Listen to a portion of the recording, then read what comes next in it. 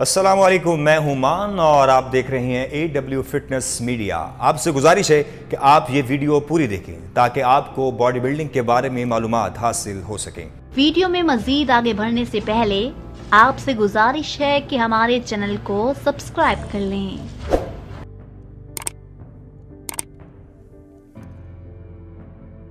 رونی ڈین کولیمین 13 مئی 1964 کو مونرو لیوزیانا میں پیدا ہوئے۔ انہوں نے 1984 میں گراملنگ اسٹیٹ یونیورسٹی سے اکاؤنٹنگ میں BSc کے ساتھ کم لاؤڈ کی ڈگری حاصل کی۔ وہاں رہتے ہوئے انہوں نے کوچ اینڈ روبنسن کے تحت GSU ٹائگرز کے ساتھ مڈل لائن بیکر کے طور پر فٹ بال بھی کھیلا۔ گریجویشن کے بعد وہ اکاؤنٹنٹ کے طور پر کام تلاش کرنے میں ناکام رہے اور اس کے بجائے ڈومینوز پیزا پر کام کرنے چلے گئے۔ اس کے بعد وہ آرلنگٹن ٹیکساس میں ایک پولیس افسر بن گئے۔ 1979 سے 2000 تک ایک افسر اور 2003 تک ریزرو افسر کے طور پر خدمات انجام دیتے رہے۔ کولیمین کے ساتھی نے مشورہ دیا کہ وہ جم میں جائیں۔ روبنسن نے کولیمین کو تا حیات مفت رکنیت کی پیشکش کی۔ اس نے روبنسن کو آئندہ 1990 کے مسٹر ٹیکساس باڈی بلڈنگ مقابلے کے لیے تربیت دینے کی اجازت دی۔ مسٹر ٹیکساس کے لیے تربیت کے بعد کولیمین نے ہیوی ویٹ اور مجموعی دونوں زمروں میں پہلی پوزیشن حاصل کی۔ اس نے خود روبنسن کو بھی شکست دی۔ کولیمین نے بطور پروفیشنل اپنا پہلا مقابلہ کینیڈا پرو کپ 1995 میں جیتا تھا۔ اگلے سال اس نے دوبارہ مقابلہ جیتا، پھر 1997 کا روسی گراں پری بھی جیتا۔ انہوں نے 1990 کی دہائی کے وسط میں پاور لفٹنگ کے مقابلوں میں بھی حصہ لیا۔ باڈی بلڈنگ کے پیشہ ورانہ سرکٹ میں ان کا عروج نسبتاً سست رہا۔ 1992 میں مسٹر اولمپیا مقابلے میں ان کی پہلی شرکت کے لیے وہ درجہ بندی میں نہیں آئے تھے۔ پھر 1994 میں وہ 15ویں نمبر پر، پھر 1995 میں 10ویں، 1996 میں 6ویں اور 1997 میں 9ویں نمبر پر رہے، جب ڈورین یٹس نے ریٹائر ہونے سے قبل چھٹا اور آخری ٹائٹل جیتا تھا۔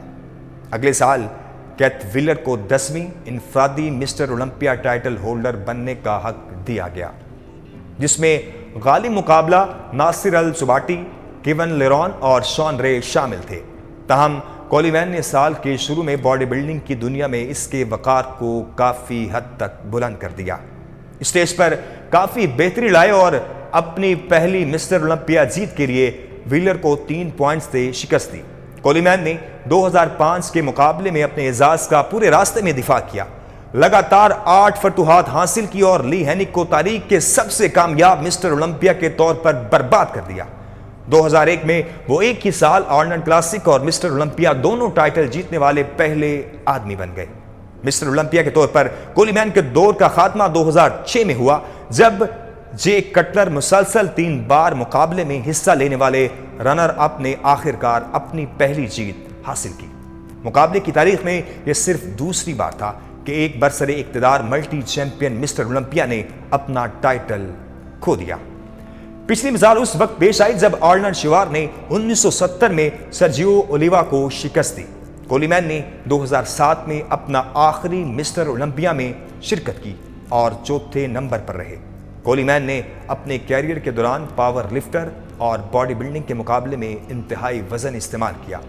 انہوں نے 800 پاؤنڈ کے ساتھ اسکاٹش اور ڈیڈ لفٹ کی، جس سے ان کے جسم کو نقصان پہنچا اور وہ 2007 کے بعد سے متعدد سرجریوں سے گزر چکے ہیں۔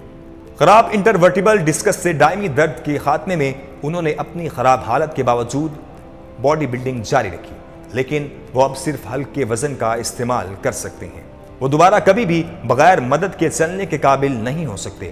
اگر کولیمین کو طویل فاصلہ طے کرنا ہو تو ویل چیئر استعمال کرتے ہیں۔ تاہم انہوں نے کہا ہے کہ انہیں اپنے انتخاب پر کوئی افسوس نہیں ہے اور وہ تسلیم کرتے ہیں وہ کسی بھی قیمت پر بہترین باڈی بلڈر بننے کے لیے پرعزم تھے۔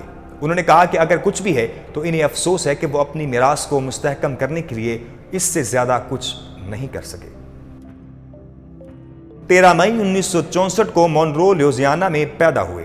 انہوں نے 1984 میں گراملنگ اسٹیٹ یونیورسٹی سے اکاؤنٹنگ میں BSc کے ساتھ کم لاؤڈ کی ڈگری حاصل کی۔ وہاں رہتے ہوئے انہوں نے کوچ اینڈ روبنسن کے تحت GSU ٹائگرز کے ساتھ مڈل لائن بیکر کے طور پر فٹ بال بھی کھیلا۔ گریجویشن کے بعد وہ اکاؤنٹنٹ کے طور پر کام تلاش کرنے میں ناکام رہے۔ اور اس کے بجائے ڈومینوز پیزا پر کام کرنے چلے گئے۔ اس کے بعد وہ آرلنگٹن ٹیکساس میں ایک پولیس افسر بن گئے۔ 1979 سے 2000 تک ایک افسر اور 2003 تک ریزرو افسر کے طور پر خدمات انجام دیتے رہے۔ کولیمین کے ساتھی نے مشورہ دیا کہ وہ جم میں جائیں۔ روبنسن نے کولیمین کو تا حیات مفت رکنیت کی پیشکش کی۔ اس نے روبنسن کو آئندہ 1990 کے مسٹر ٹیکساس باڈی بلڈنگ مقابلے کے لیے تربیت دینے کی اجازت دی۔ مسٹر ٹیکساس کے لیے تربیت کے بعد کولیمین نے ہیوی ویٹ اور مجموعی دونوں زمروں میں پہلی پوزیشن حاصل کی۔ اس نے خود روبنسن کو بھی شکست دی۔ کولیمین نے بطور پروفیشنل اپنا پہلا مقابلہ کینیڈا پرو کپ 1995 میں جیتا تھا۔ اگلے سال اس نے دوبارہ مقابلہ جیتا، پھر 1997 کا روسی گراں پری بھی جیتا۔ انہوں نے 1990 کی دہائی کے وسط میں پاور لفٹنگ کے مقابلوں میں بھی حصہ لیا۔ باڈی بلڈنگ کے پیشہ ورانہ سرکٹ میں ان کا عروج نسبتاً سست رہا۔ 1992 میں مسٹر اولمپیا مقابلے میں ان کی پہلی شرکت کے لیے وہ درجہ بندی میں نہیں آئے تھے۔ پھر 1994 میں وہ 15ویں نمبر پر، پھر 1995 میں 10ویں، 1996 میں 6ویں اور 1997 میں 9ویں نمبر پر رہے، جب ڈورین یٹس نے ریٹائر ہونے سے قبل چھٹا اور آخری ٹائٹل جیتا تھا۔ اگلے سال کیتھ ویلر کو 10ویں انفرادی مسٹر اولمپیا ٹائٹل ہولڈر بننے کا حق دیا گیا، جس میں غالب مقابلہ ناصر السباٹی، کیون لیرون اور شان رے شامل تھے۔ تاہم کولیمین نے سال کے شروع میں باڈی بلڈنگ کی دنیا میں اس کے وقار کو کافی حد تک بلند کر دیا، اسٹیج پر کافی بہتری لائے اور اپنی پہلی مسٹر اولمپیا جیت کے لیے ویلر کو 3 پوائنٹس سے شکست دی۔ کولیمین نے 2005 کے مقابلے میں اپنے اعزاز کا پورے راستے میں دفاع کیا، لگاتار 8 فتوحات حاصل کی اور لی ہینک کو تاریخ کے سب سے کامیاب مسٹر اولمپیا کے طور پر برباد کر دیا۔ 2001 میں وہ ایک ہی سال آرنلڈ کلاسک اور مسٹر اولمپیا دونوں ٹائٹل جیتنے والے پہلے آدمی بن گئے۔ مسٹر اولمپیا کے طور پر کولیمین کے دور کا خاتمہ 2006 میں ہوا، جب جے کٹلر مسلسل 3 بار مقابلے میں حصہ لینے والے رنر اپ نے آخرکار اپنی پہلی جیت حاصل کی۔ مقابلے کی تاریخ میں یہ صرف دوسری بار تھا کہ ایک برسر اقتدار ملٹی چیمپئن مسٹر اولمپیا نے اپنا ٹائٹل کھو دیا۔ پچھلی مثال اس وقت پیش آئی جب آرنلڈ شوار نے 1970 میں سرجیو اولیوا کو شکست دی۔ کولیمین نے 2007 میں اپنا آخری مسٹر اولمپیا میں شرکت کی اور 4تھے نمبر پر رہے۔ کولیمین نے اپنے کیریئر کے دوران پاور لفٹر اور باڈی بلڈنگ کے مقابلے میں انتہائی وزن استعمال کیا۔ انہوں نے 800 پاؤنڈ کے ساتھ اسکاٹش اور ڈیڈ لفٹ کی، جس سے ان کے جسم کو نقصان پہنچا، اور وہ 2007 کے بعد سے متعدد سرجریوں سے گزر چکے ہیں۔ خراب انٹرورٹیبل ڈسکس سے دائمی درد کے خاتمے میں انہوں نے اپنی خراب حالت کے باوجود باڈی بلڈنگ جاری رکھی، لیکن وہ اب صرف ہلکے وزن کا استعمال کر سکتے ہیں۔ وہ دوبارہ کبھی بھی بغیر مدد کے چلنے کے قابل نہیں ہو سکتے۔